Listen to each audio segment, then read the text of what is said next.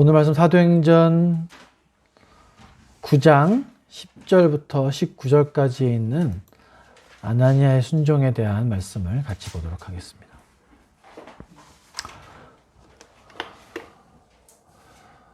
우리 지금 초대교회 성도들의 복음 증거를 위해서 한 행동들 풀어 설명한 거지만 함축해서 말씀드리면 이제 성도들의 행전, 사도행전을 보고 있습니다. 2022년도 우리 소막교회는 주님의 임재 안에 살기를 소망하면서 지금 살아가고 있죠. 왜 우리는 주님의 임재 안에 살기를 소망해야 하나요? 우리가 주님의 임재 안에 살아야만 주님의 음성을 들을 수 있게 되고 주님의 음성을 잘 듣고 순종할 수 있는 기회들이 생기게 되는 거죠. 그럴 때 주님의 음성에 순종할 때 뭘 할 수 있나요? 그 순종함으로 바로 복음 증거의 사명을 감당할 수 있게 되는 겁니다. 목적은 뭐예요? 예수님께서 마지막 제자들에게 명령하셨던 것처럼 땅끝까지 이르러 나의 증인이 되라 하신 것이 우리의 사명입니다. 그래서 우리가 임재 안에 살기 소망하는 건 바로 복음 증거의 사명을 감당하기 위함인 거예요. 복음 증거의 사명을 잘 감당하게 되면 우리 영혼에 평안과 기쁨이 있는 건 사실 너무 당연한 거죠. 지난 시간에 보신 게 사울이라는 청년에게 일어났던 주님의 간섭하심에 대한 걸 봤잖아요. 사도행전 26장 14절에 주님께서 그렇게 말씀하셨습니다. 사울아 사울아 네가 어찌하여 나를 박해하느냐. 가시채를 뒷발질하기가 너에게 참 고생이구나.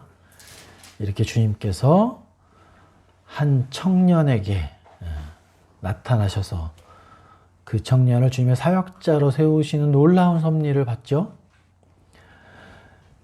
여러분, 이 주님의 섭리는 2000년 전 사울이라는 청년에게 뿐만 아니라 지금 여러분과 저의 삶에서도 여전히 변치 않으시면서 우리에게 끊임없이 간섭하시고 인도하시고 주님의 가시체질을 하고 있다는 걸 말씀드렸어요. 사울에게 행하셨던 것처럼 주님께서 우리 삶에 행하시는 그분의 간섭하심, 즉 가시체질을 우린 걷어차서는 안 될 겁니다. 주님의 가시체질은 정말 우리 삶 전체를 통해서 다윗이 나중에 그렇게 고백하시죠. 내 평생의 선하심과 인자하심이 반드시 나를 추적하듯이 따라오실 것이다. 주님께서 가시체질을 하실 때는 정말 아프기도 하고 힘들게 느껴지기도 해요. 그런 가시체질이. 그렇지만 우리가 그것을 경험하고 난 다음에 어떻게 느끼나요? 그 주님의 가시체질은 결국은 뭐였다? 예, 나를 향한 사랑이셨다. 이걸 깨닫게 될 것입니다. 오늘은 지난 시간 본문에서 바로 이어지는 이 아나니아의 이야기를 좀 같이 볼 겁니다. 아나니아의 이야기와 또 참고 구절로 요나의 이야기를 잠깐 살펴보면서 우리 삶에 이렇게 끊임없이 간섭하시고 재촉하시고 때로는 부드럽게 때로는 강하게 다가오는 이 주님의 가시체질에 우리가 어떻게 반응해야 옳으나, 어떻게 아나니아처럼 주님의 명령 앞에서 비록 그 당시에는 이해가 되지 않고 도저히 받아들일 수 없을지라도 그처럼 즉각적으로 순종할 수 있게 되는 것인가. 이걸 한번 좀 같이 나눠볼게요. 오늘 본문 좀 피셨나요? 같이 한번 읽어볼까요? 피셔도 되고 앞에 보셔도 괜찮습니다.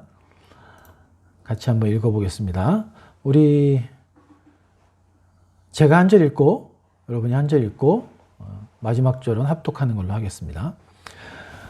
사도행전 9장 10절 말씀. 그때 다메섹에 아나니아라는 제자가 있더니 주께서 환상 중에 불러 이르시되 아나니아야 하시거늘 대답하되 주여 내가 여기 있나이다 하니 주께서 이르시되 일어나 집가라는 거리로 가서 유다의 집에서 다섯 사람 사울이라는 사람을 찾으라. 그가 기도하는 중이다. 그가 아나니아라는 사람이 들어와서 자기에게 안수하여 다시 보게 하는 것을 보았느니라 하시거늘. 아나니아가 마르다가 대답하되 주여 이 사람에 대하여 내가 여러 사람에게 듣사온즉 그가 예루살렘에서 주의 성도에게 적지 않은 해를 끼쳤다 하더니 여기서도 주의 이름을 부르는 모든 사람을 결박할 권한을 대제사장들에게서 받았나이다 하거늘. 주께서 이르시되 가라 이 사람은 내 이름을 일반인과 이름들과 이스라엘 자손들에게 전하기 위하여 택한 나를 들으시라. 그가 내 이름을 위하여 얼마나 고난을 받아야 할 것을 내가 보이리라 하시니. 아나니아가 그 집에 들어가서 그에게 안수하여 이르되 형제 사울아 주 곧 내가 오는 길에서 나타나셨던 예수께서 나를 보내어 너로 다시 보게 하시고 성령으로 충만하게 하신다 하니 즉시 사울의 눈에서 비늘 같은 것이 벗어져 다시 보게 된지라 일어나 침례를 받고 같이 했습니다. 음식을 먹음에 강건하여지니라. 자, 오늘 본문 보시게 되면 어떤 말로 시작하죠? 그때로 시작하는 오늘 본문은 이 그때는 언젠가요? 사울이 다메섹 도상에서 예수님의 현현을 목격했죠? 목격하고 나서 어떻게 돼요? 눈을 멀게 됩니다. 눈이 멀게 됩니다.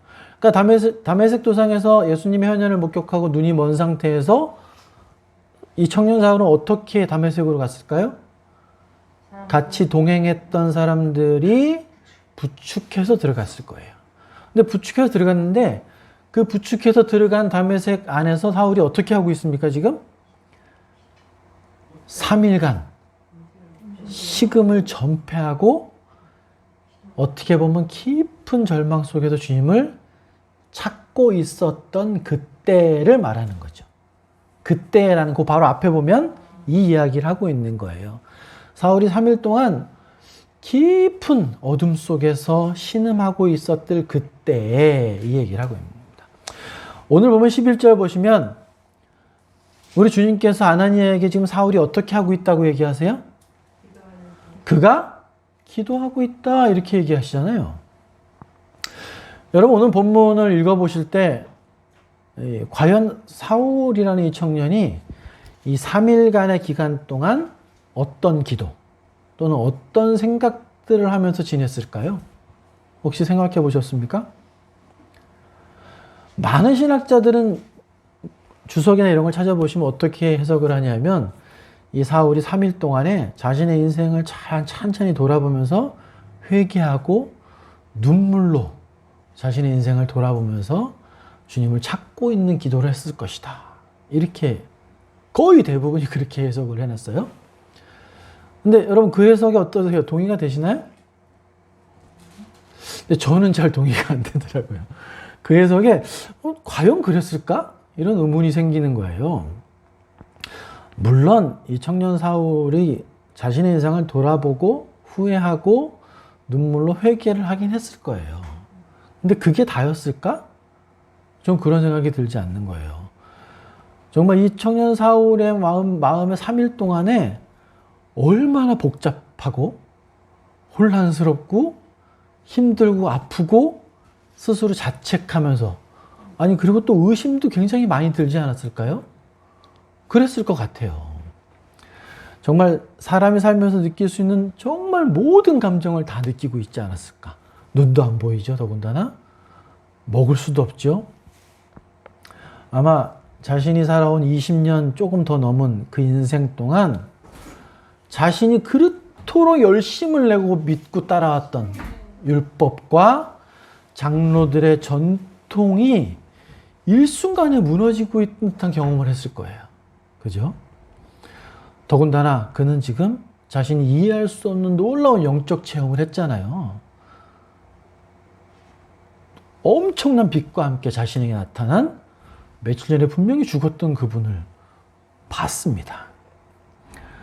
근데 아무리 그렇다고 할지라도 자기가 20년 동안 그렇게 철저하게 지켜오고 배워왔던 유대인의 전통과 또 수많은 경험들을 단 며칠 사이에 그렇게 완전히 부인하고 돌아설 수 있었을까요? 결코 쉽지 않았을 거예요. 윤자매님 예라고 얘기하는데 저는 그게 쉽지 않았을 거란 생각이 들더라고요. 더군다나 지난 시간에 그 말씀 드렸잖아요. 바울에게 행했던 주님의 가시체질은 무엇이었을까를 자세하게 말씀드리면서 아마 산헤드린 공회원의 조력자로 있었던 청년 사울은 예수님의 실제 사역을 적어도 꽤 많이 목격하지 않았을까? 이 말씀 드렸었잖아요. 예루살렘에서 있으면서 그 소문을 그 혈기왕성하던 청년이 듣고서 그냥 넘어갔을 것 같진 않다. 먼발치에서든 직접 그분 앞에서 말씀을 듣거나 기적을 목격하거나 이렇게 했었을 거예요.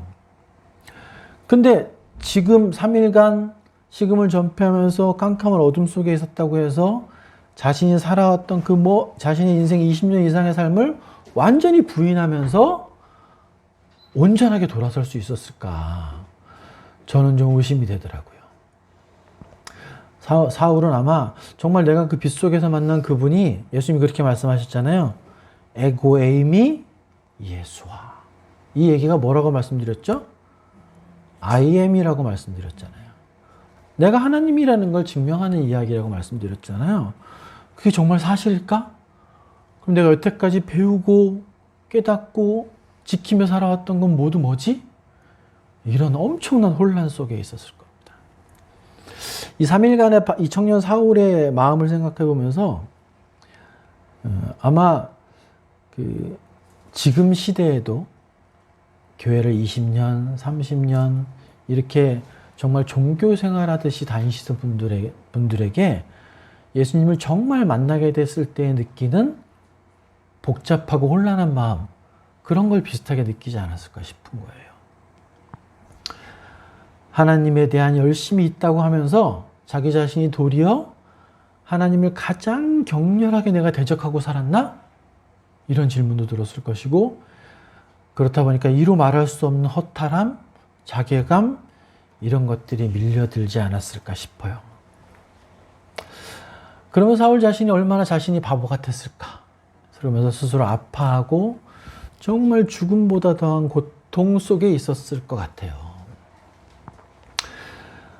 이 청년 사울의 정말 지옥과도 같은 암흑 속을 헤매이던 사울에게 하나님께서는 어떻게 하시죠? 이제 빛을 볼 수 있는 기회를 주십니다. 근데 정말 이 말씀을 읽다가 특이한 게 뭐냐면, 사울이 어둠 속에 있었던 시간이 며칠이에요? 3일입니다. 우리 주님께서도 죄가 되셔서 지옥에 내려갔다 오신 시간이 며칠이에요? 3일입니다. 이게 정확히 뭘 의미하는지 모르겠지만 참 신기한 일이 아닐 수 없습니다. 이런 사울을 위해서 다메섹에 있던 주님의 제자라고 불리우던 이제 아나니아에게 주님께서 오셔서 부르시죠. 오늘 본문 10절에 보시면 어떻게 나옵니까? 주님께서 오셔서 아나니아야 하시거늘, 아나니아가 뭐라 그래요? 주여, 내가 여기 있나이다. 여러분, 이거 좀 이상하지 않으세요? 이 구절? 이상한 거 전혀 없으세요? 예. 하나님과 교제하고 있던. 맞습니다. 예, 맞습니다. 주님께서 현현하셔서 누구의 이름을 부르면 대부분의 사람들은 반응이 어때요? 두려워 벌벌 떨면서 엎드려서 누구시냐고. 이게 두려워하는 게 첫째 반응이란 말이에요. 대부분. 근데 아나니아의 반응은 어떻습니까? 아나니아 부르니까 바로 주님, 제가 여기 있습니다. 이렇게 반응을 해요. 그러니까 아나니아는 이 한 구절만 보더라도 어떤 사람이라는 걸 알 수 있어요.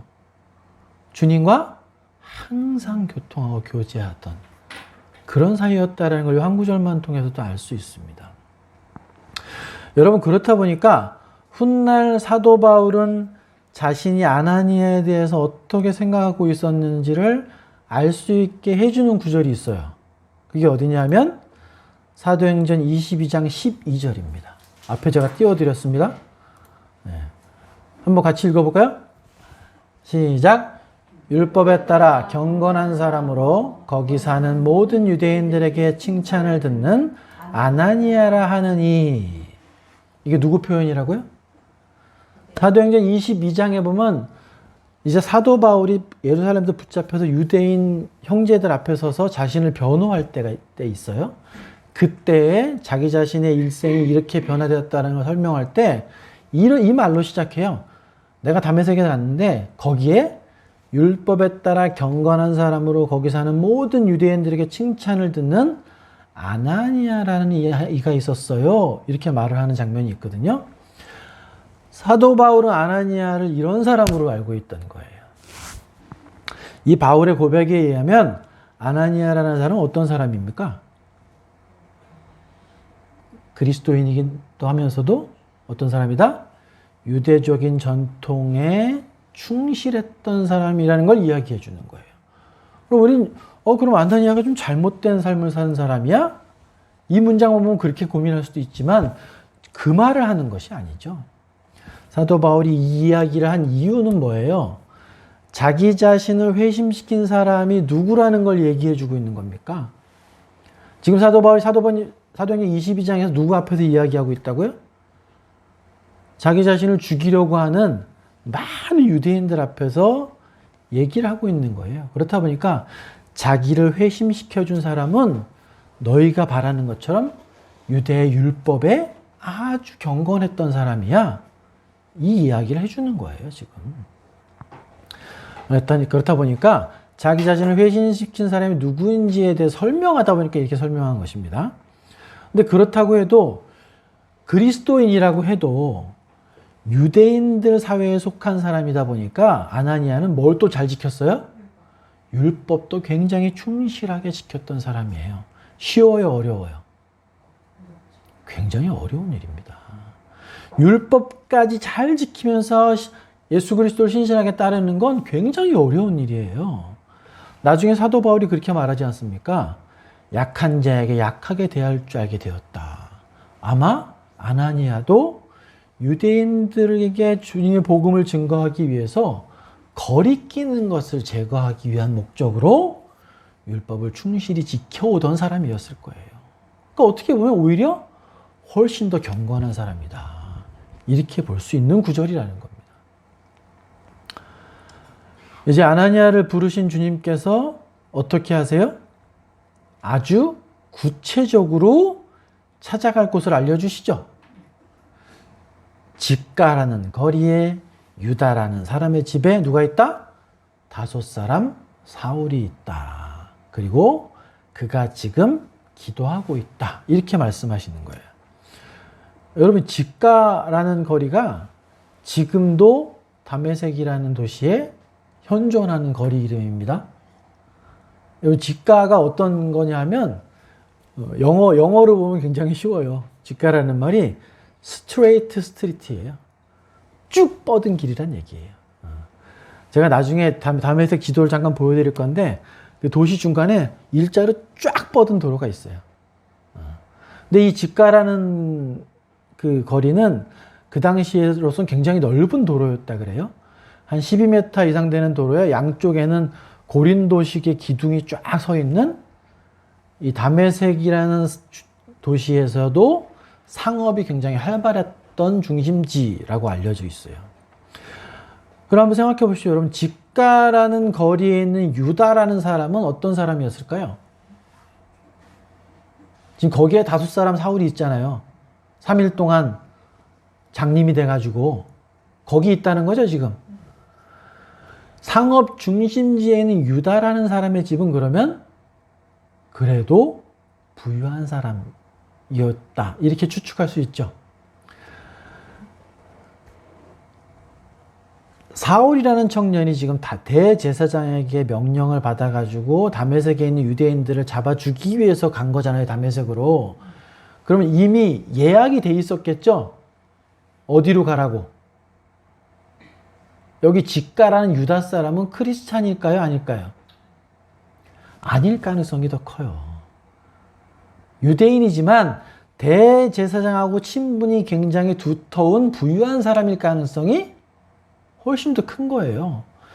그러니까 사울에게 대제사장이 그걸 써주고 그 사람에게 가서 그 유다라는 사람의 집에 머물면서 다메섹에 있는 그리스도인들을 잡아서 끌고 와라. 이렇게 명령을 받은 상태일 가능성이 큰 겁니다. 그럼 여러분 한번 생각해 보십시오. 이 사울이 다메섹에 머물던 처소가 유다라는 사람의 집인데 결과적으로는 주님의 성도들을 핍박하기 위해서 머물도록 정한 그 장소에서 무슨 일이 벌어지는 거예요?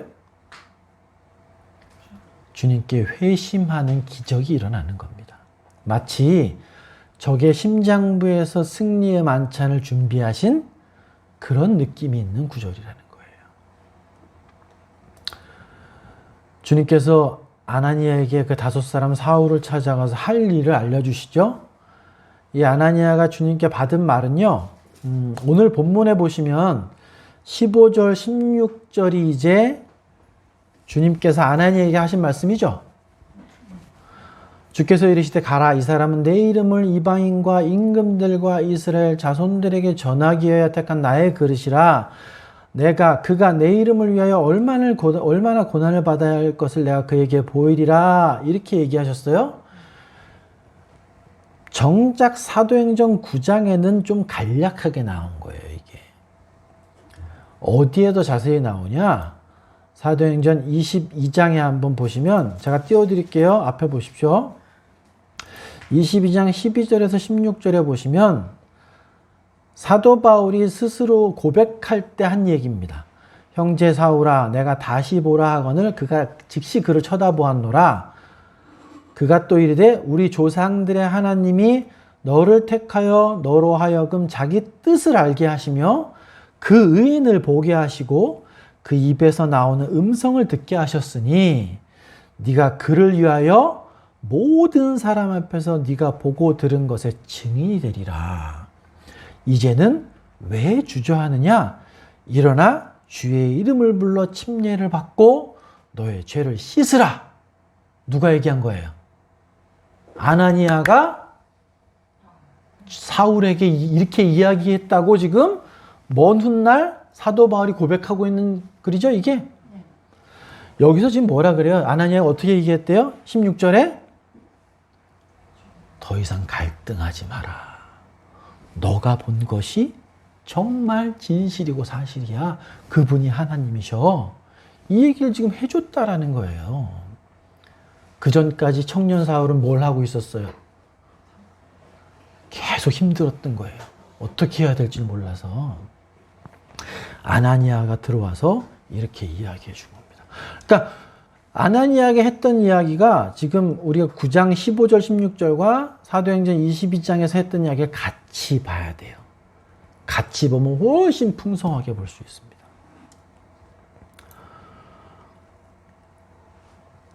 근데 여러분 오늘 말씀은요, 이 아나니아가 청년 사울에게 했던 이야기를 중점적으로 보려는 게 아닙니다. 그것이 아니고 오늘 여러분과 함께 보려는 건 주님의 말씀, 또 주님의 명령, 주님이 간섭하심 우리가 깨닫게 될 때 어떻게 반응해야 하는가, 이걸 보려고 하는 거예요. 사실은 사도행전 22장에 있는 이 아나니아가 청년 사울에게 해줬던 이야기도 너무너무 복음에 합당한 이야기라 이것도 우리가 많이 연구하고 고민해 봐야 될 구절이긴 합니다만 오늘 이 구절을 자세히 보려고 하는 건 아니에요. 오늘은 아나니아의 순종에 대한 걸 보려고 하는 겁니다. 그렇다 보니까 사도행전 9장에 있는 내용이 사실 지금 이 시점에 우리 소막교회 지체들에게 사도행전에 사실 수많은 교훈들이 있어요. 수많은 진리들이 있지만 우리에게 필요한 말씀이 무엇인지를 보게 하시는 하나님의 인도하심이 있습니다. 제가 이 말씀을 준비하는 과정에서 사실 원래 이번 주에는 전도자 빌립에 대한 말씀을 하려고 했어요. 그래서 그 말씀을 준비하다가 이 말씀보다 하나님이 아나니아의 순종에 대한 말씀 함께 나누게 하시더라고요. 그래서 말씀 본문을 바꾼 케이스입니다. 또 오늘 아나니아의 순종에 대한 이야기를 더 중심으로 보도록 하겠습니다. 이 사울에게 가라는 명령을 받은 아나니아는 직가라는 거리에 유다라는 사람의 집에 찾아갔죠. 그래서 신음하며 힘들어하던 사울에게 눈을 뜨게 도와주고 성경 말씀을 가르쳤습니다. 그래서 아마도 바로 이어서 청년 사울은 침략까지 받거든요. 아마 이 아나니아가 침례까지 직접 해준 것이 아닌가 이렇게 보는 게 일반적인 해석이에요. 여러분 오늘 주님의 명령을 접한 아나니아의 반응을 좀 보십시오. 앞에 보십시오.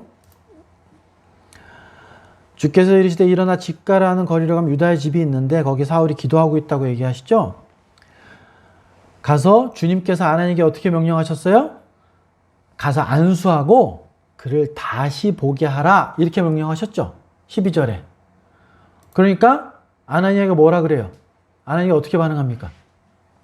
주님, 제가 그 사울이라는 그 못된 놈이 다메섹에 온 건 알고 있는데 그 사람은 예루살렘에서도 그리스도인을 박해하고 죽이던 사람이래요. 근데 여기도 그런 목적으로 왔답니다. 근데 저보고 가서 그런 못된 놈을 안수하고 회복시켜 주라는 말씀이십니까? 지금 반문하죠. 다시 물어보잖아요. 그러면서 또 뭐라 그래요? 주님, 그 사람은 여기서도 지금 저 같은 이 아나니아 같은 저 같은 사람을 잡아 죽이려고 대제사장에서 아예 문서까지 받아서 온 사람입니다. 근데 그 사람에게 지금 가서 회복시키고 안수해 주란 말씀이십니까? 이렇게 반문을 한단 말이에요. 그때 예수님께서 뭐라 그러세요? 가라. 이 사람은 내가 내 이름을 위해 이방인들과 임금들과 이스라엘 자손들에게 전하기 위한 내 택한 그릇이야. 그가 내 이름을 위해서 참 많은 고생을 하게 될 거야. 이렇게 얘기를 하고 나니까. 자, 처음에 주님이 나타나셨어요. 가서 청년 사울에게 안수하고 고쳐주라. 그럴 때 아나니아는 어떻게 반응해요? 알겠습니다. 이렇게 했나요? 아니에요. 이해할 수 없는 겁니다. 아니, 어떻게 그런 사람을 고쳐주라 그러세요? 그건 좀 이상한 명령 아니십니까? 그 사람은 이런 사람이에요. 주님 잘 모르시나 본데 그놈은 얼마나 나쁜 놈인지 아세요? 그렇게 다시 여쭤봐요. 그러니까 주님께서 뭐라 그러세요? 아니야. 이 사람 내가 택한 그릇이니 걱정하지 말아라. 그렇게 하니까 그제서야 아나니아가 어떻게 해요? 바로 뒷절 17절에 보면 아나니아가 떠나 그 집에 들어갔다. 이렇게 이야기하고 있습니다. 아나니아는 의아한 마음으로 물어봤지만 주님께서 내가 그 청년을 향해서 갖고 있는 계획이 이러이러하다. 이렇게 말씀을 다시 한번 부연해서 설명해 주자 아나니아는 그때서야 순전한 마음으로 순종하는 걸 볼 수 있어요. 여러분이 생각하실 때 이 아나니아가 대단한 순종을 하는 사람이라면 어때야 되는 게 정상일 것 같으세요? 바로 갔어야 될 거 아니에요. 근데 아나니아는 어떻게 해요? 잠깐만요. 물어보잖아요. 그렇게 물어봤을 때 주님이 어떻게 하십니까? 책망하세요? 책망하지 않으세요. 이게 중요합니다. 조금씩 뒤에 지나가면서 조금 더 설명드릴게요. 굉장히 훌륭한 주석서를 쓴 윌리엄 바클레이라는 분이 있어요. 그분이 아나니아에 대해서 그렇게 얘기했다고 지난 시간 말씀드렸죠. 이 아나니아에 대해서 기독교 교회 역사에서 잊혀지거나 저평가된 영웅들 중에 한 명이다. 이렇게 평가했습니다. 아나니아에 대해서. 그러니까 이 아나니아의 순종을 통해서 역사상 가장 위대한 사도였던 사도 바울이 회심하고 침례를 받게 되는 일이 일어난 거예요. 사울이 자신과 같은 그리스도인을 잡아서 죽이기 위해 다메섹으로 오는 걸 알고 있었죠, 아나니아는. 사울에게 가라는 주님의 명령에 아나니아는 어땠을까요, 마음이? 두려웠을 거예요. 왜? 그가 왜 온지 아니까. 더군다나 대제사장의 공문까지 받아왔으니 그에게는 막강한 권한이 있다는 것도 알고 있었어요.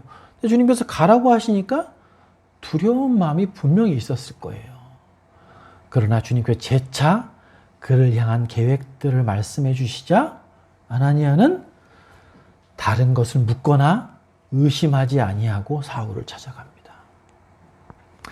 여러분, 이 아나니아의 순종이 더욱더 놀라운 이유가 뭔지 아십니까? 오늘 본문 7절을 보시면 아나니아가 집 가라는 거리에 유다 집에서 힘들어하던 사울을 대면하고 뱉는 첫 마디 말이 뭐예요? 형제 사울아. 형제 사울아. 이게 다른 해석이 나와 있는 형태로 이렇게 해석도 됩니다. 사울 나의 형제여. 이런 말로 표현되기도 해요. 두려움에 떨던 아나니아는 사울이라는 청년을 만나자마자 첫 번째 뱉은 말이 뭐라고요? 사울, 나의 형제여. 이 말을 하고 있는 거예요. 여러분 한번 생각해 보십시오. 이 청년 사울은 3일 동안 정말 인생에서 느껴볼 수 없는 모든 복잡 미묘한 감정을 느끼면서 힘들어하고 있었을 거예요.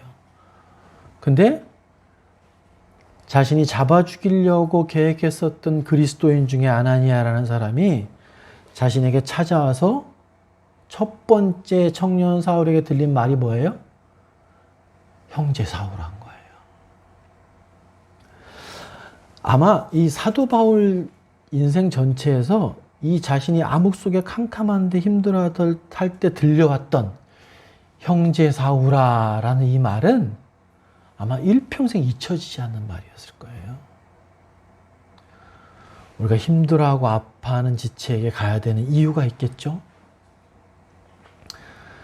정말 3일간 자신의 인생에서 가장 괴로운 순간을 보냈던 청년 사울에게 들려온 주님께서 마치 직접 말씀하시는 듯한 감미롭고 은혜로운 아나니아의 첫 번째 말이 바로 형제 사울아 였던 겁니다. 아나니아의 이런 적극적인 순종이 어둠 속에서 괴로워하던 사울에겐 정말 너무나도 큰 위로가 되었을 거예요. 우리 주님께서 사울이 사도 바울이 되도록 계획하신 하나님의 구속사에서 정말 적재적소에 반드시 필요한 정말 좋은 순종이 되었던 것이죠. 추후에 잠깐 좀 더 말씀드리긴 하겠지만 여러분, 아나니아가 만약에 주님께서 나타나셔서 명령하셨을 때 전 무서워서 그런 사람 찾아갈 수 없습니다. 주님, 그 명령은 좀 합당하지 않은 것 같아요. 이래가지고 그 명령을 순종하지 않았다면 어떤 일이 벌어졌을까요? 여러분, 그가 순종하지 못했다 그래서 우리에게 지금 사도 바울이라는 인물이 없을까요? 아니에요. 절대 그렇지 않고 우리에겐 여전히 사도 바울이라는 인물이 있었을 겁니다. 다만 뭐가 없었을까요? 역사 속에 이 아나니아라는 인물은 존재하지 않았을 거예요. 사랑하는 소모교회 지체 여러분, 내가 이해할 수 없는 주님의 명령에 우리가 어떻게 반응하고 있는지 스스로 돌아봐야 합니다. 정말 용서가 잘 안 되는 내 남편이나 내 아내나 또는 나에게 아주 명백하게 잘못된 것들을 행하고 피해를 입혔던 내 옛날 직장 동료나 친구나 또는 여러 사회관계들 속에서 내가 피해를 보고 음해당하고 불이익을 보게 했던 사람들이 있지 않습니까? 그런 사람들에게 오늘 주님께서 얘야, 너가 기꺼이 그 사람들의 잘못을 먼저 용서하고 용서하는 걸 넘어서 그리스도의 사랑으로 먼저 사랑하라고 주님은 여러분들께 혹시 명령하고 계시진 않습니까? 오늘날 기도할 때 이러한 주님의 음성이 깨달아질 때 여러분 어떻게 하시겠습니까? 여러분, 어떤 분들은 이 아나니아에게 하신 주님의 명령을 이렇게 표현하더라고요. 불편한 부르심이다. 이렇게 표현하더라고요. 불편한 부르심. 이런 불편한 부르심 또는 꺼리끼는 부르심, 따르고 싶지 않은 부르심, 이 불편한 부르심 하면 제일 먼저 떠오르는 사람이 누굽니까? 성경상에서. 예, 요나죠.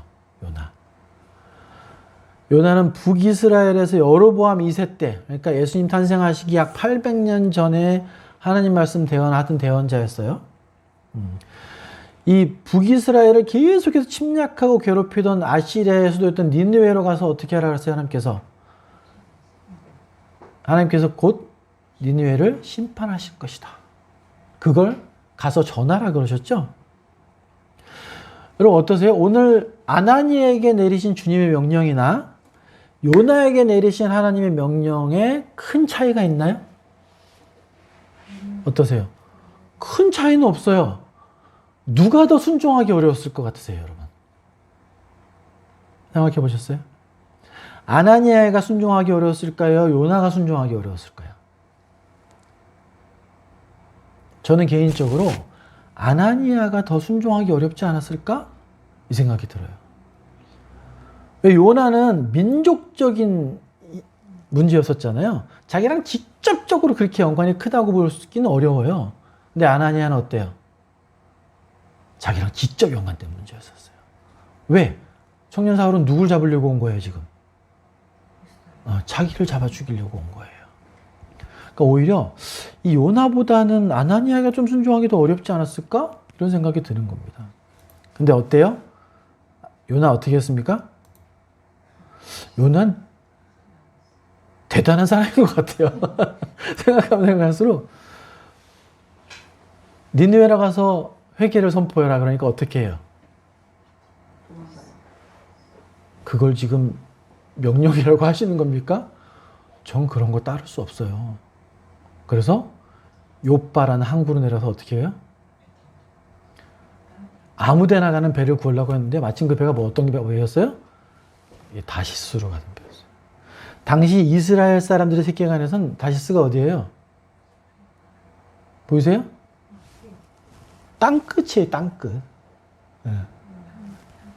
그러니까 하나님이 너무 부당한 요구를 해서 전 도저히 받아들일 수 없습니다.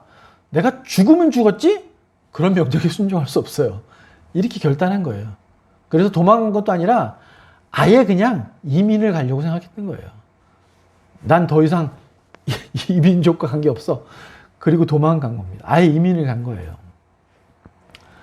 실제로 요나서 1장 12절에 보면 이제 풍랑이 막 일어가지고 그 배에 탄 어부들이 어떻게 해요? 막 기도하다가 제비뽑기를 하다 보니까 누가 딱 걸렸어요? 요나가 딱 걸렸습니다. 그랬더니 요나가 어떻게 반응해요? 아, 나 좀 살려줘. 나 지금 도망가야 돼. 이렇게 반응해요? 나 때문이니까 날 바다에 던져라. 요나의 마음은 어땠던 거예요? 내가 죽으면 죽었지. 요나가 하나님께서 큰 고기를 예비하셨을 거 알았어요? 몰랐잖아요. 야, 나 때문이니까 날 바다에 던지라는 얘기는 요나의 마음이 어땠다는 겁니까? 나? 죽을 각오를 하고 있는 거야, 지금. 죽이려면 죽여라, 그냥. 그 요나는 어때요? 하나님이 명령하신 것에 대해서 도저히 납득할 수가 없는 거예요. 그러니까 적극적으로 저항합니다. 뭐까지 각오했어요? 죽을 각오까지 한 거예요. 근데 참 요나서는 정말 신기한 것 같아요. 제가 보면 볼수록 나중에 요나가 어떻게 합니까? 하나님께서 물고기를 예비하셔가지고 어떻게든 강제적으로 순종하게 하시죠. 그래서 물고기에서 배를 토하니까 요나서 보시면 뒷부분에 어떻게 나옵니까? 요나 3장 한번 보십시오. 니느웨라는 성은 굉장히 큰 성이에요. 그래서 며칠을 가야지 갈 수 있는 성이에요. 그 성 자체가 3일 이상 가야 한 번 갈 수 있는 길 정도로 이 니느웨라는 성이 한 인구를 80만에서 100만 정도를 보는 그 당시엔 엄청나게 큰 성이었었어요. 근데 요나가 순종을 하죠? 어떻게 순종해요? 딸랑? 하루? 어떻게 말했어요? 회개하라! 회개하라! 하나님이 이 땅을 심판하실 거야! 이렇게 말했을까요? 성의 없이. 정말 성의 없이 소리도 작게 했을지도 몰라요. 외쳐 이르긴 이랬나요? 네. 꼴랑 하루 동안 40일에 이 땅이 무너지니까 너네 알아서 해. 이러고 어떻게 해요? 요나서 뒷부분에 보면 저 위에 언덕에 올라가가지고 어떻게 하나 두고 봐야지. 정말 대찬 사람이에요. 아마 하나님 명령에 이렇게 대놓고 저항한 대언자가 성경에 있을까요? 없을 것 같아요. 정말 신기합니다. 근데 요나가 나중에 결말이 나와요? 결말이 안 나와요. 요나가 하나님 말씀에 회개하고 돌이켰다라든가 또는 자기 자신이 잘못된 걸 회개했다라는 얘기가 나오지 않아요. 근데 요나를 통해서 하나님께서 어떻게든 자신이 명령하신 걸 이루시는 장면을 볼 수 있어요. 요나서에 대한 건 명확하게 이해하기가 좀 어렵습니다, 사실은. 하나님 이런 대언자까지 쓰셔가지고 저렇게 불순종하던 요나를 부득불 강제로 순종케 하시는 하나님을 볼 수 있거든요. 여러분 한번 생각해 보십시오. 주님께서 여러분이 기도 중이나 또는 어떤 상황들 속에서 또는 말씀을 읽는 중에 여러분에게 말을 걸거나 또 어떤 걸 할 걸 요구하시거나 또는 지금 하고 있는 잘못된 것들을 중지하고 돌이킬 걸 요구하시는 경우들이 있으신가요? 있으세요? 주님의 그런 간섭하심 또는 지난 시간부터 계속해서 말씀드리지만 주님의 이 가시체질을 느낄 때 여러분 어떻게 반응하십니까? 아나니아처럼 즉각적으로 한번 의심은 되지만 주님께서 자세하게 설명해 주실 때 즉각적으로 순종함으로 행동으로 반응하십니까? 아니면 요나처럼 자신의 생각에 합당하지 않다고 거부하고 어떻게든 저항하려는 그런 마음이 생기시나요?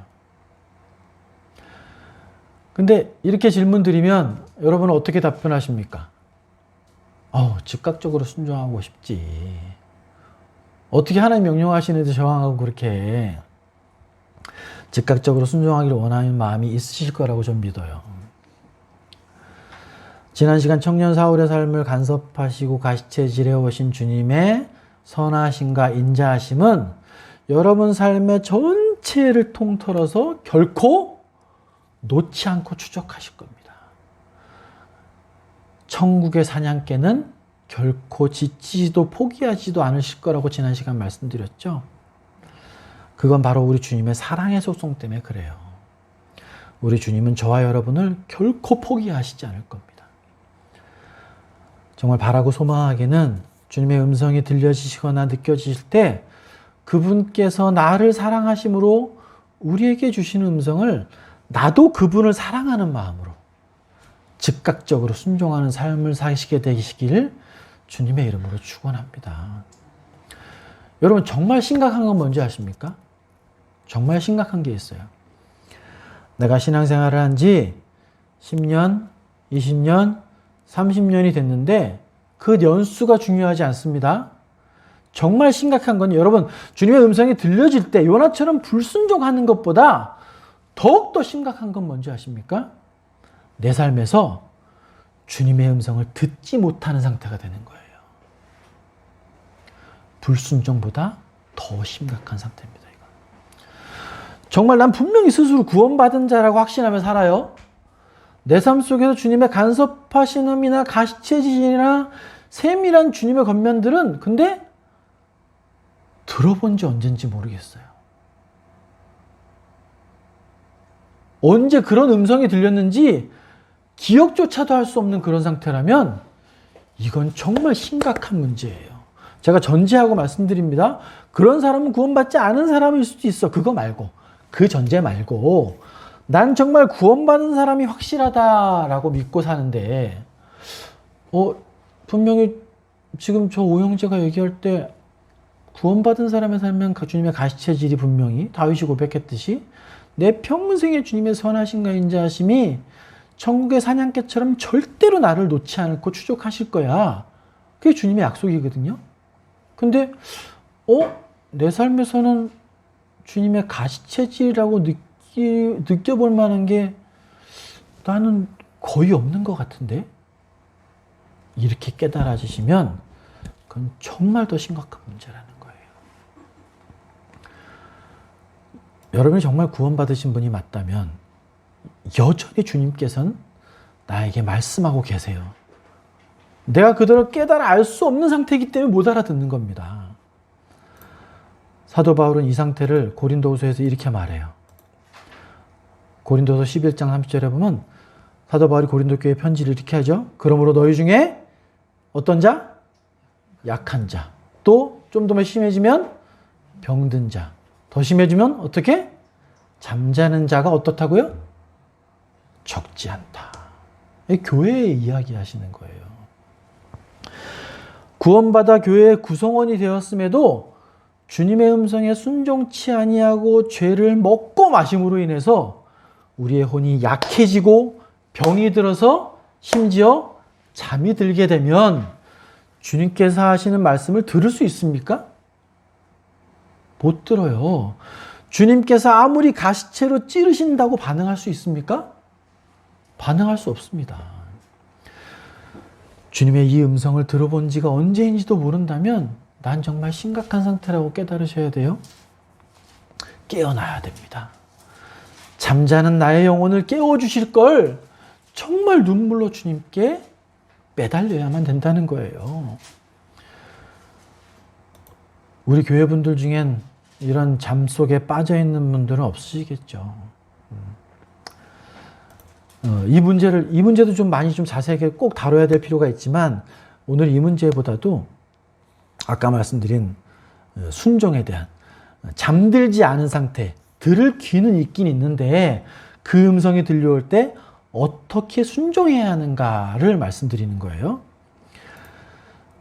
자, 성경에 나타난 순종의 예들을 좀 봐야 되겠죠. 지금 우리가 아나니아만 봤으니까 성경에 나타난 순종의 예들을 좀 우린 봐야 됩니다. 첫 번째로 같이 보셔야 될 사람이 노아입니다. 아브라함이 먼저예요? 노아가 먼저예요? 노아가 먼저입니다. 네. 에스겔 14장에 보면 하나님께서 3명의 의인을 얘기하세요. 누군지 아십니까? 에스겔에서만 2번 나오는데 노아, 다니엘, 욥 이렇게 3사람 얘기하세요. 아마도 이 3사람이 공통된 특징은 주님의 말씀에 바르게 순종했던 사람들이라고 볼 수 있겠죠. 노아는 창세기 6장하고 7장에 보시면 노아의 이야기가 나오죠. 제가 참고 구절로 이제 노아의 순종에 대해서 말씀드렸는데 그 부분을 읽으셨는지 모르겠어요. 노아가 순종한 건 뭡니까? 배를 만들어라. 배를 만들어라. 엄청나게 큰 배예요. 창세기 6장 22절에 노아가 그와 함께하여 하나님이 자기에게 명하신 대로 다 준행했다. 그렇게 이야기하죠. 노아가 몇 년 동안 배를 만들었습니까? 근데 흔히 120년이라고 알고 있지만 그렇진 않아요. 성경에 보면 노아가 창세기 5장 32절에 보면 노아가 500세 된 후에 새 아들을 낳았다 그러거든요. 500세 된 후에 새 아들을 낳았다 그래요. 그리고 홍수가 언제 시작해요? 노아가 600세 되던 해에 시작합니다. 그럼 배를 만드는 거에 동역한 새 아들과 함께 배를 적어도 80년 정도는 만들었다. 이렇게 볼 수 있어요. 아무리 길어봐야. 이 당시에 비가 왔습니까? 안 왔습니까? 비라는 걸 사람들이 몰랐어요. 80년 만들었다고 치시자고요? 80년 동안 배를 만드는 동안 노아는 무슨 얘기를 들었을까요? 엄청난 멸시. 저 노인네가 미쳤구나 드디어. 하루 이틀도 아니고 몇 년? 80년 동안 배를 만들었어요, 여러분. 여러분 순종 며칠 하셨어요? 순종 몇 년 해보셨습니까? 노아 몇 년 동안 순종했다고요? 그 수많은 질책과 멸시와 그 속에서도 더군다나 아들들을 설득해 가면서 80년 동안 배 만들고 있었어요. 결코 짧은 시간이 아니죠. 노아의 순종 대단한 순종이에요, 여러분. 그 다음에 누구 있을까요? 누굽니까? 아브라함이에요. 여러분, 아브라함 처음부터 순종했던 사람이에요? 아브라함이 얼마나 하나님 말씀에 불순종했던 사람인지 몰라요. 창세기 12장도 그렇고 창세기 20장도 그런데 주님께서 어디 있으라 그랬어요? 가나안 땅에 머무르라 그러셨어요. 근데 어디로 가요? 애굽으로 갑니다. 배고파서. 거기서 살아 잃을 뻔하죠. 창세기 20장에서도 마찬가지예요. 더군다나 90세가 돼서 하나님께서 너에게 아들을 주겠다라고 얘기하실 때 뭐라 그래요? 아이, 주님, 이미 저는 안 되고 제 종이나 좀 후계자로 삼게 해주세요.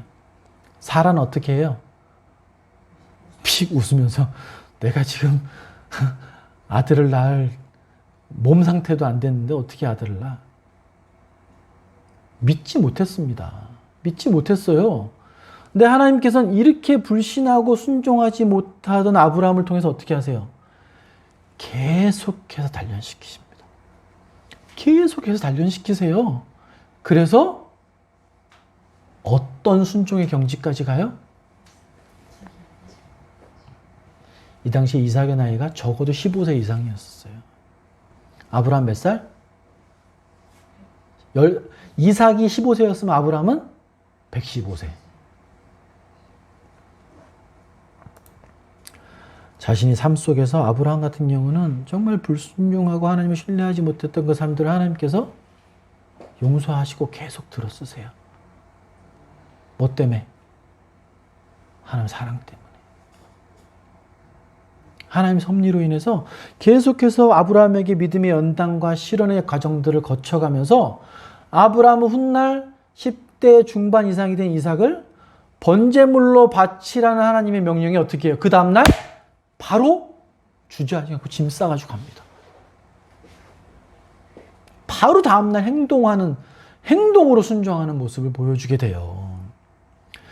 여러분, 이 순종은요, 저렇게 해석하시는 분들도 있어요. 이 아브라함이 이삭을 잡아주기로 했던 그 순종으로 인해서 하나님께서 당신의 아들을 내어줄 합당한 명분을 얻게 됐다. 이렇게까지도 해석하시는 분이 있어요. 그러니까 어떻게 보면 아브라함의 순종은 인류 역사에서 가장 극적인 순종이라고 볼 수도 있습니다. 가능할까요? 이런 순종이? 아브라함의 순종은 정말 위대한 순종이 아닐 수 없습니다. 다음에 누구 볼 수 있을까요? 여러분, 아브라함보다 더 지독하게 순종 못하는 사람이 모세예요.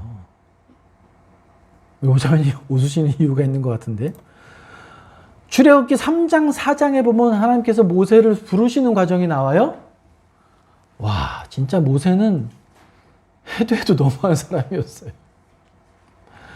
혹시 출애굽기 3장, 4장 읽어보셨어요? 거기 보면 모세는 정말 지독하게 하나님 말씀에 불순종해요. 출애굽기 3장 11절에 보면 처음에 부르실 때 모세가 그렇게 얘기해요.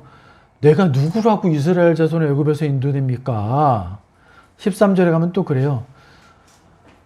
모세가 하나님께 아뢰되 내가 이스라엘 자손에게 가서 이르기를 너희의 조상의 하나님이 나를 너희에게 보내셨다 하면 그들이 내가 묻기를 그의 이름이 무엇이냐 하리니 내가 무엇라고 그들에게 말합니까? 이때 그 유명한 주님께서 I am that I am을 말씀하시는 거예요. 그러면 적어도 그 정도면 순종을 해야죠. 4장 1절로 가면 뭐라 그래요? 그들이 나를 믿지 아니하여 내 말을 듣지 아니하여 이르기를 여호와께서 네게 나타나지 아니하셨다고 말씀할 거예요. 그 다음에 주님께서 여호와 하나님께서 뭐라 그러세요? 4장 2절부터 9절까지 어떤 거래요? 지팡이가 뱀이 되게 하시고 손을 넣었다 하니까 문둥병이 됐다가 또 넣었다 하니까 또 사라지고 그리고 네가 나일강에 외치면 피로 변할 거야. 이렇게까지도 얘기해 주신단 말이에요. 근데 10절에 모세가 뭐라 그래요? 아니 주님, 주여 난 본래 말을 잘 못하는 사람이에요. 주께서 주의 종에게 명령하신 후에도 역시 그러하니 나는 입이 뻣뻣하고 혀가 둔해요. 제발 다른 사람을 보내주세요. 13절에 뭐라 그래요? 보낼 만한 자를 보내소서.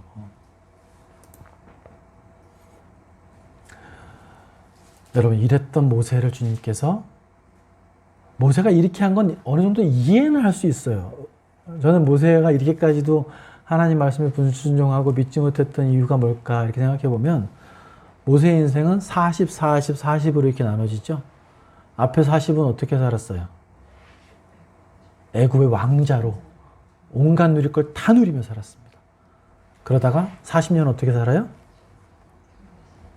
광야에서 정말 무지랭이처럼 양치는 사람으로 살아요. 그러다가 80살에 주님께서 부르시는 거죠. 그러니까 40년 동안 정말 무지랭이처럼 살다 보니 너무 두려웠던 거예요. 이렇게 할 수 있었겠다 이해는 하지만 그렇다고 어떻게 이렇게까지 하나님 명령에 불순종할까. 근데 이랬던 모세가 하나님께서 끊임없는 천국의 사냥개로 가시체질하고 인도하시니 어떻게 바뀌어요? 출애굽기 33장 11절에 어떻게 말씀하시냐? 사람이 자기의 친구와 이야기함 같이 여호와께서 모세와 대면하여 말씀하셨다. 얼마나 놀라운 축복입니까? 여러분, 하나님께서 명령하실 때 이들의 공통점이 뭡니까? 찾으셨어요? 정말 중요한 겁니다. 여러분, 아나니아도 마찬가지였었어요. 하나님께서 말씀하실 때 그 말씀을 듣는 자는 두려울 수밖에 없어요. 자기 자신을 보면 안 될 것 같거든요. 그렇다 그러고 하나님의 명령을 따르는 걸 주저주저 하는 사람들에게 하나님께서 어떻게 하세요? 책망하고 징계하세요? 아니에요. 끝까지 권면하시고 사랑으로 계속해서 단련할 수 있도록 배려하시고 인도하시는 분이세요. 아까 요나 말씀드렸잖아. 기드온도 마찬가지죠. 기드온도 주님께서 하라고 하실 때 뭐라 그래요? 이런 증거 좀 보여주세요. 저런 증거 좀 보여주세요. 그럼 이렇게 좀 바꿔줘 보세요.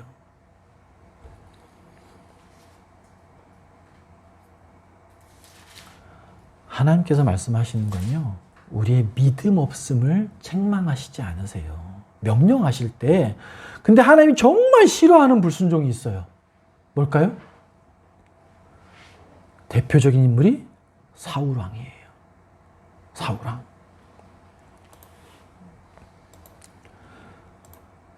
여기 보시면 사무엘상 16, 15장 제가 펴드렸죠. 하나님께서 아말렉을 쳐서 어떻게 하라 그랬어요? 그들의 모든 소유를 남기지 말고 다 진멸해라 이렇게 얘기하시죠. 근데 사울이 어떻게 해요?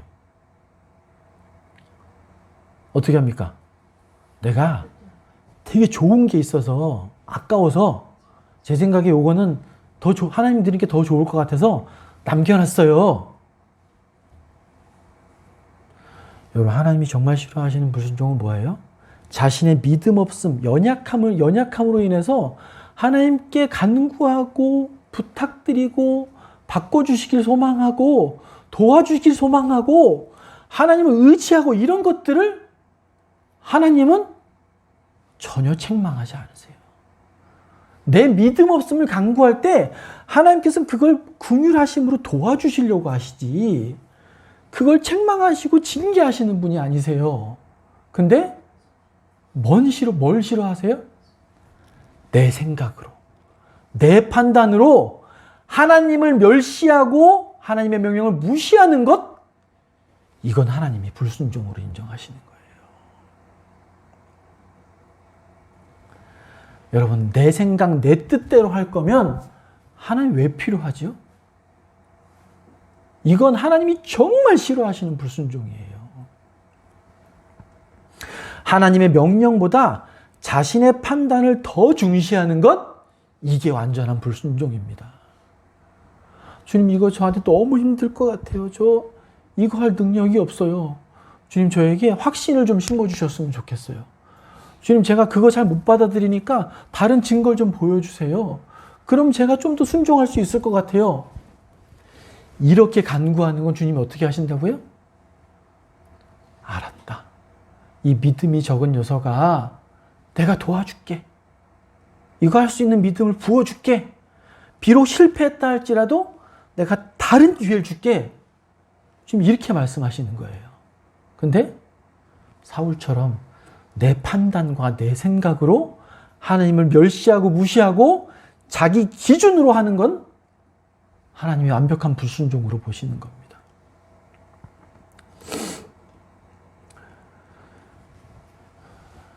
여러분, 좀 이상하지 않으신가요? 아나니아에게도 처음에 주님께서 사울에게 나타나셨잖아요. 그럼 그 자리에서 그냥 야, 너 앞으로 내가 널 그릇으로 쓸 거니까 이렇게 앞으로 해. 이렇게 얘기하시면 되는데 왜 굳이 그 자리에서 사울은 보내시고 따로 또 아나니아를 불러가지고 시키실까요? 왜 주님께서는 꼭 다른 사람을 통해서 당신의 일을 하도록 시키실까요? 여러분, 그건요, 우리로 주님께서 하시는 일에 동참하게 하심으로 하나님의 영광에 참여할 수 있는 기회를 주시려고 하시는 거예요. 하나님 다 하실 수 없는 분이라서 아나니아를 쓰셨어요? 아나니아가 안 했으면 사도 바울이라는 위대한 역사적인 사역자가 우리에게 없습니까? 아니에요. 근데 하나님께서는 왜 굳이 아나니아를 쓰셔서 순종하게 하시고 요나 같은 지독하게 말 안 듣는 사람 불러가지고 모세처럼 그렇게 믿음 없는 사람을 계속해서 권면하시고 가시체질하면서 인내하시고 권면하시고 사랑으로 보다듬으시면서 그렇게 하셔요? 그가 뭐 하라고? 하나님 영광에 참여하라고. 내 영광에 참여해서 자녀답게 그렇게 영광을 누리라고 그렇게 해서 불러주시는 거예요.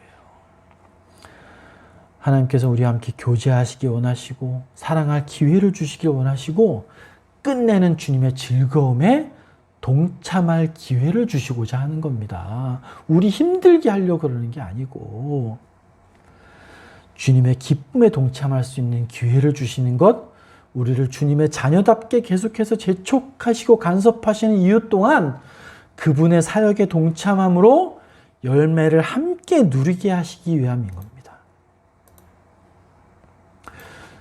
주님께서 우리에게 순종을 강요하시는 이유는요, 전적으로 여러분의 기쁨을 위한 일이에요. 우리의 기쁨을 위하는 것이 주님 자신의 이름의 영광을 높이는 길이라는 걸 주님께서 말씀해 주시는 겁니다. 시편 16편 11절에 주께서 생명의 길을 내게 보이시리니 주의 앞에는 뭐가 있어요? 충만한 기쁨이 있습니다. 주님께서 나의 슬픔이 변하여 춤이 되게 하시고 내 베옷을 벗기고 기쁨으로 띠띠우실 겁니다. 어떻게 해요?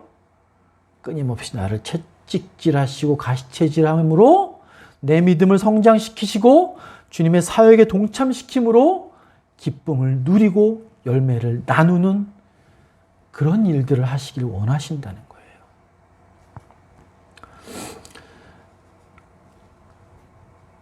오늘 말씀을 마무리해야 될 것 같습니다. 여러분, 우리가 정말 명심해야 되는 건요, 우리가 순종하지 않는다면 다른 사람을 쓰신다는 거예요. 주님께서는 우리의 순종의 유무와 상관없이 주님의 일을 이루실 만한 권능이 있는 분이세요. 여러분, 그렇기 때문에 우리가 이 주님의 권능을 깨달으실 때 주님께서 우리에게 가시체질을 하고 권면하시고 때로는 징계하실 때 우리는 뭘 해야 돼요? 선택해야 돼요. 내가 무엇을 붙잡을 거냐? 그걸 선택해야 됩니다.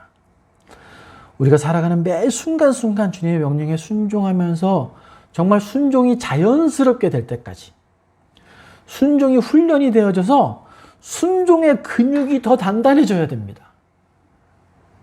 여러분, 올림픽 얼마 전에 했잖아요. 올림픽에 나가는 선수 정도 되면요, 내가 뭔가 머리를 생각해가지고 요때는 요렇게 해야 되고 이렇게 하면 절대로 경기에서 못 이겨요. 그냥 상황이 닥치면 근육이 반응을 하는 거예요.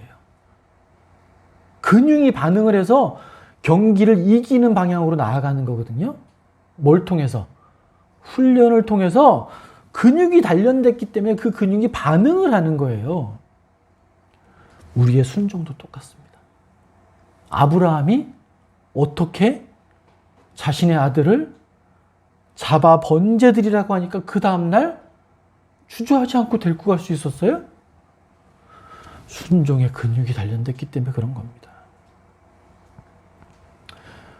우리는 선택해야 돼요, 여러분. 우리가 구원받은 후에도 주님의 구속사에 동참할 것이냐, 아니면 그저 무익한 자녀처럼 바라만 볼 것인가, 이거 우리에게 달려있는 거예요. 우리가 결정해야 돼요. 주님께서 주님께서 나를 계속 재촉하시고 간섭하시고 할 때 내가 순종 안 해요? 그러면 그 열매를 누구에게 주세요? 다른 사람에게 주시는 거예요. 나 30년 동안 순종했어. 근데 그래서 어떻게 하라고요? 실제 순종한 게 아니라면 그게 내 열매 다른 사람이 가져갈 수도 있어요.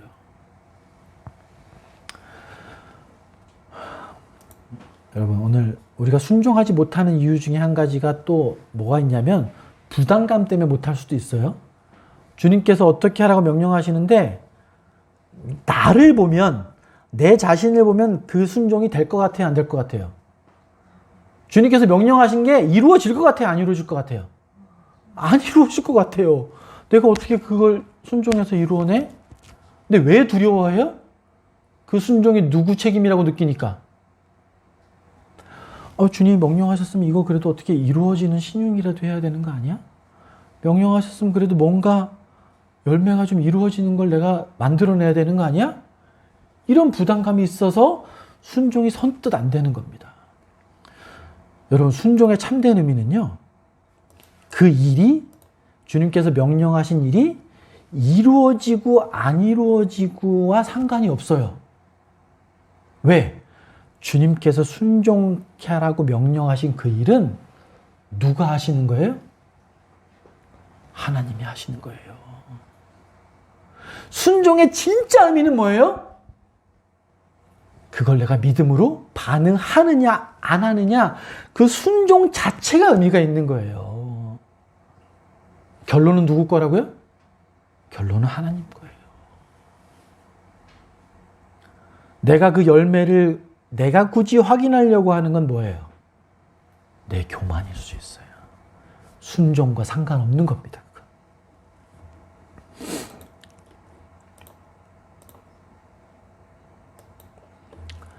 다시 말씀을 정리하겠습니다. 하나님은 여러분 분명히 말씀드렸어요. 순종치 못하는 부족한 믿음을 책망하신다, 책망 안 하신다? 책망 안 하세요. 책망 안 하십니다. 뭐를 책망하신다고요? 내 뜻대로 하는 것. 내가 교회에서 이렇게 하려고 기도하고 있어요. 근데 정작 순종은 실제로 하지 않는데 순종하는 척하며 살아요. 이건 사울이 했던 것과 똑같은 불순종입니다. 그렇게 하지 마세요. 순종이 안 되면 주님 앞에 울고 불며 매달리셔야 돼요. 간구하셔야 됩니다. 주님, 제 믿음 없음을 붙들어 주십시오. 주님, 순종할 수 있게 도와주세요. 저 순종 진짜 못하겠어요. 주님께 자기 자신을 솔직하게 내어드려야 주님께서 기회를 주시고 반성하게 하시고 더 강한 기회를 주시면서 믿음의 단련을 주신단 말이에요. 근데 귀는 막고서 순종하는 척하고 살면 주님께서 더 순종할 수 있는 기회를 주신다, 안 주신다? 더 기회 주시지 않는단 말이에요. 주님 앞에 솔직해야 돼요. 솔직해야 됩니다. 그래야 모세처럼 순종할 기회들을 주세요. 그래야 아브라함처럼 순종할 기회들을 더 제공해 주십니다.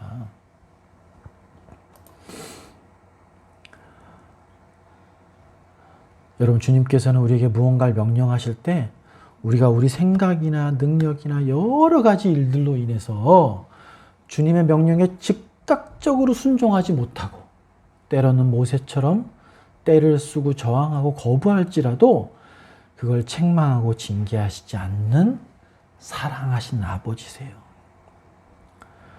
그럴수록 주님께서는 우리에게 더 권면하시고 주님의 명령을 깨닫고 순종할 수 있도록 도와주시는 분입니다.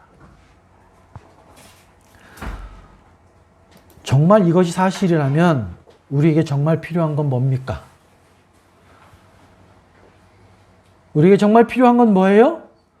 걱정되고 두렵고 순종이 안 될 때는 모세에게 하셨던 것처럼 주님, 저에게도 제발 더 알려주세요. 더 더 순종할 수 있도록 믿음을 제발 부어주십시오.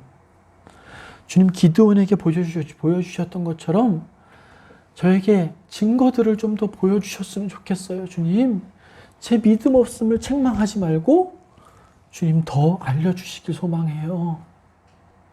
이렇게 간구하셔야 돼요. 예수님께서 분명히 우리에게 말씀하셨어요. 여러분 마지막 구절만 보고 마치겠습니다. 여러분 순종하지 못하는 건 자랑이 아닙니다. 명백히 깨달으셔야 돼요. 내가 계속 간구만 하고 순종하지 못하는 걸 자랑하지 마세요. 연약함은 자랑이 될 수 없습니다. 그러나 순종하는 척 날 속이고 교회 지체들을 속이고 주님을 속이려고 한다면 주님의 긍휼을 입을 기회조차 없게 된다는 거예요.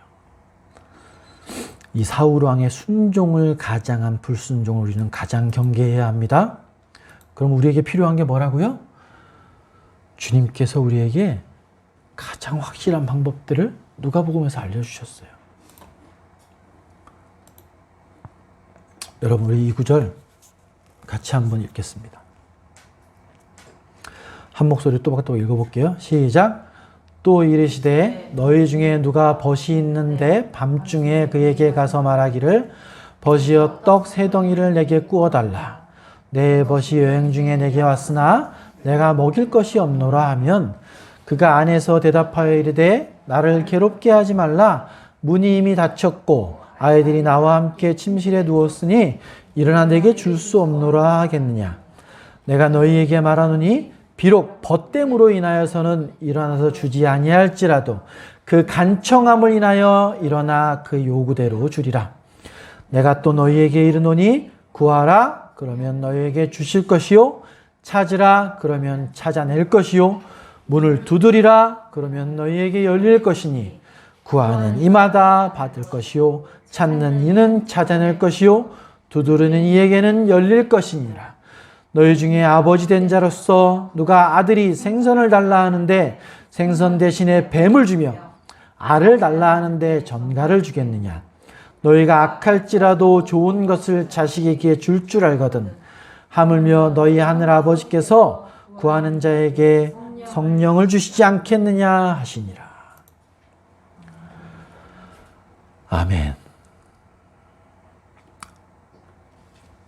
여러분, 주님께 나는 정말 즉각적으로 행동함으로 순종하길 원합니다. 이것이 여러분의 바람이시죠? 여러분, 그 놀라운 믿음을 보였던 모세나 아브라함도 주님 앞에 제대로 순종하지 못하던 때들이 있었어요. 여러분이 정말 주님의 자녀이신 것이 확실하다면 주님께 마땅히 구하고 찾으시고 간구하십시오. 여러분 혹시라도 내가 주님의 가시체질과 권면하시는 음성을 들어본 게 언젠지도 모르겠다. 이러면 그것이 가장 문제입니다. 이렇다면 주님 앞에 정말 눈물로 회개하고 주님을 붙드셔야 됩니다. 주님 나에게 다시 말씀해 주십시오. 제가 들을 수 있는 귀가 열릴 수 있도록 도와주십시오. 잠자고 있는 영혼이 깨어질 수 있도록 붙들어 주십시오. 이렇게 간구하셔야 되고요. 내가 주님 말씀하실 때 너무 순종하지 못하고 제 육신을 따라서 매번 엎어지고 주님 앞에 순종하지 못하는 상한 심령이 자꾸 된다면 여러분 다른 방법이 있어요? 여러분 오후 시간에 나는 이런 순종의 노하우가 있어요. 이렇게 좀 알려주시면 좋겠는데 근데 아마 그렇게 얘기하시는 분 말씀드리면 누가복음 11장에 있는 이 말씀 그 이야기를 하시는 걸 거예요. 여러분 주님 우리에게 순종할 수 있는 기회들을 계속해서 제공하십니다. 여러분이 일평생 구하시면 일평생 주실 분이세요. 말씀하시잖아요. 아들이 빵 달라는데 전갈 주는 부모가 어디 있습니까? 두려워하지 마십시오. 여러분이 정말 주님의 음성을 여전히 듣고 계시고 내가 그 주님의 음성에 순종하기 위해서 부단히 노력하는데 잘 안 된다면 너무 노심초사하고 불안해하지 마세요. 그렇다고 아까 말씀드렸어요. 순종하지 못하는 건 자랑이 아니라고 말씀드렸죠? 순종치 못하는 건 자랑이 아니에요. 순종하는 게 자랑입니다. 그걸 주님이 기뻐하시는 거예요. 근데 그렇지 못하다 할지라도 너무 자책해서 깊숙이 침체되지 마시라는 거예요. 주님께서 어떻게 해주신다? 우리에게 계속해서 권면하시고 깨닫게 하시고 결과적으로는 어떻게 된다? 아브라함의 순종처럼 모세의 순종처럼 우리를 그렇게 이루어 가실 줄 믿습니다.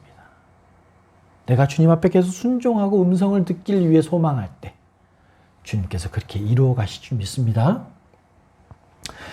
우리 잠깐 기도하실게요. 오늘 말씀 주님 앞에 우리가 순종하지 못할 때 우리 마음 굉장히 조급해집니다. 우리 마음 되게 힘들어져요. 그러나 그건 당연한 것이겠죠. 아버지의 말씀에 순종하지 못하고 가시채를 뒷발질하는 게 어떻게 편할 수 있겠습니까?